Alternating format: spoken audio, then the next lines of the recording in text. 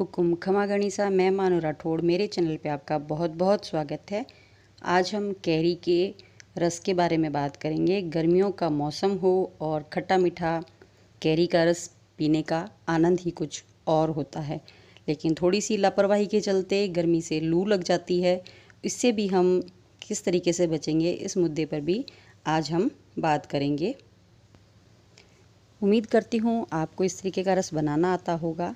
और इसके लिए हमें टाइट कैरी लेनी है और परिवार के जितने सदस्य हैं उसके अनुरूप ले लें।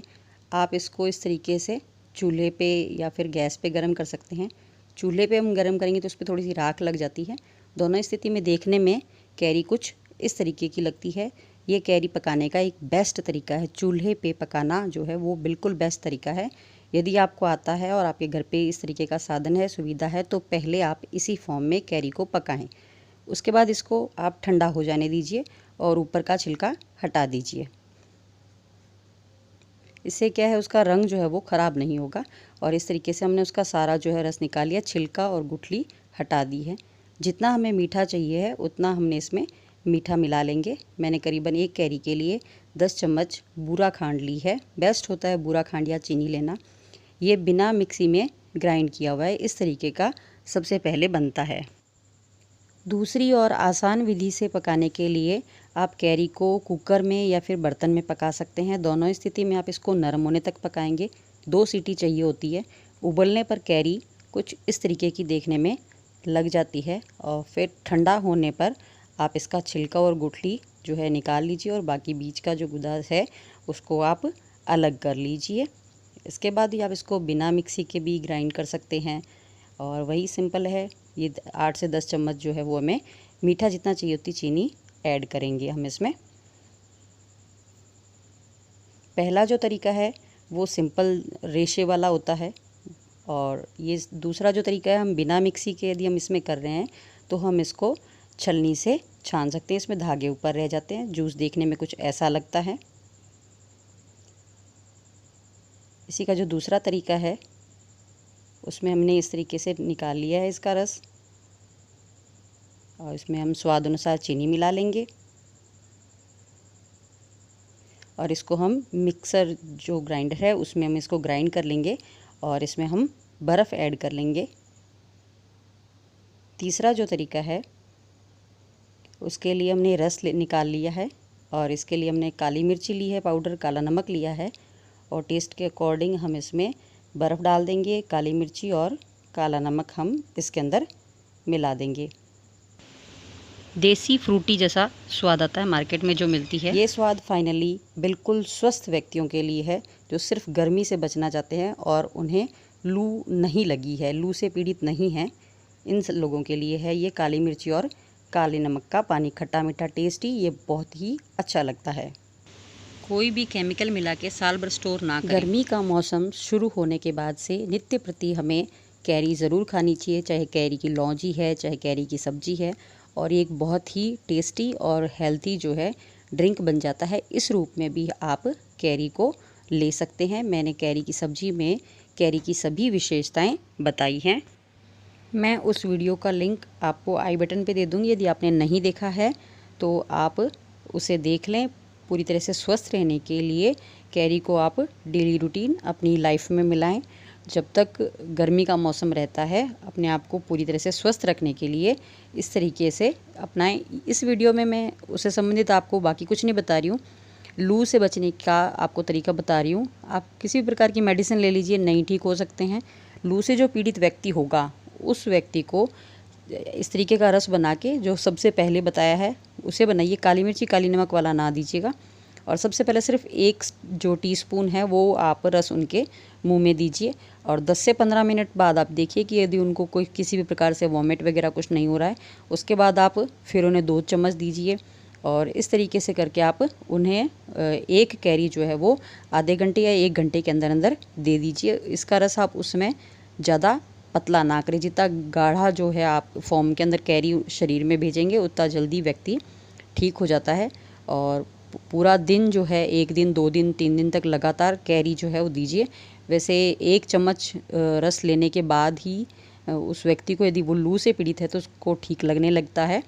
इस तरीके से लू का जो सारा प्रभाव है शरीर में से ख़त्म हो जाता है और करीबन 1 दिन के बाद से भूख लगने भी लग जाती है। यदि भूख नहीं भी लग रही है तो भी ये अपने आप में एक इतना सॉलिड ड्रिंक है कि आपके शरीर की सभी आवश्यकताएं पूरी कर देता है।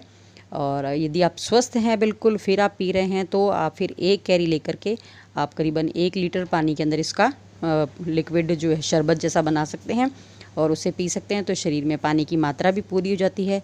मीठा जो है उससे ग्लूकोज़ का जो चक्कर आने का जो सिस्टम रहता है वो भी नहीं रहता है। बहुत सारा फाइबर और कैरी चली जाती है, तो गर्मी का दुष्प्रभाव हमारे शरीर पे नहीं पड़ता है। इस तरीके के कैरी के रस को दूध में मिक्स करके नहीं पीना है या फिर छाछ में मिला के नहीं पीना है, इसी तरीके से पीना है। बहुत टेस्टी लगता है और 24 घंटे तक जो है वो आप इसको बना करके रख भी सकते हैं। फ्रिज में, बोतल में भी रख सकते हैं और मिट्टी के बर्तन में बाहर भी रख सकते हैं। लू से पीड़ित व्यक्ति को बर्फ़ से भी नहीं देना है, काली मिर्ची और काले नमक से भी नहीं देना है। बिल्कुल सिंपल फॉर्म में आप उनको पीने के लिए दीजिए। दवाई है और वैसे भी बहुत टेस्टी लगता है।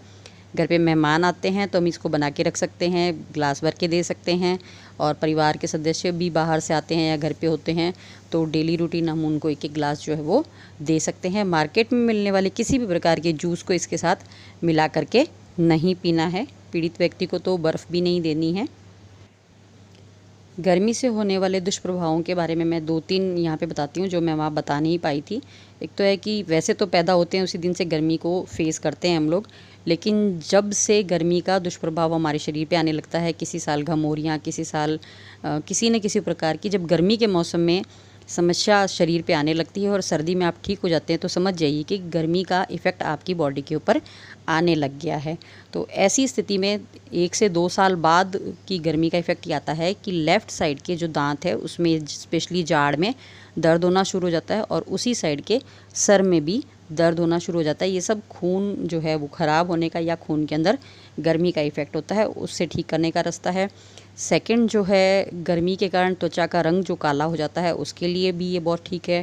थर्ड है, पाइल्स की किसी को भी मस्सा जिसे बोलते हैं उसकी समस्या रहती है तो जैसे कैरी का जो हम पानी पीते हैं तो उससे शरीर की गर्मी ख़त्म होती है, तो ये उसके लिए भी बेस्ट है।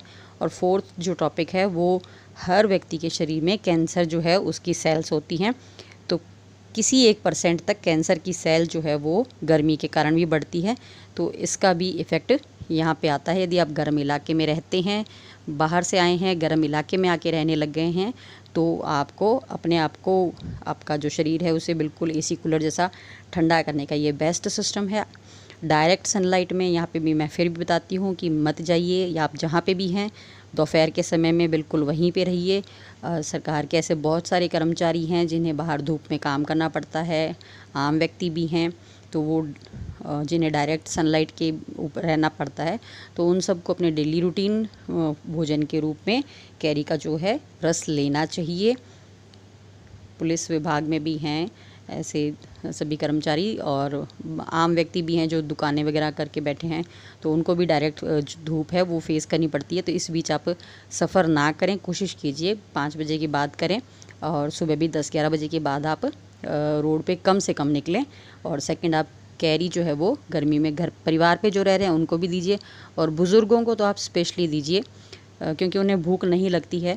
तो अगर आप इस तरीके का कैरी का रस देंगे तो एक ओवरऑल बहुत अच्छी डाइट उनको मिल भी जाती है और थोड़ा उनकी भूख जो है वो खुल भी जाती है। और वो ना खाएं तो इस तरीके का रस भी उनके बॉडी के लिए बहुत ही ज़्यादा फ़ायदेमंद होता है।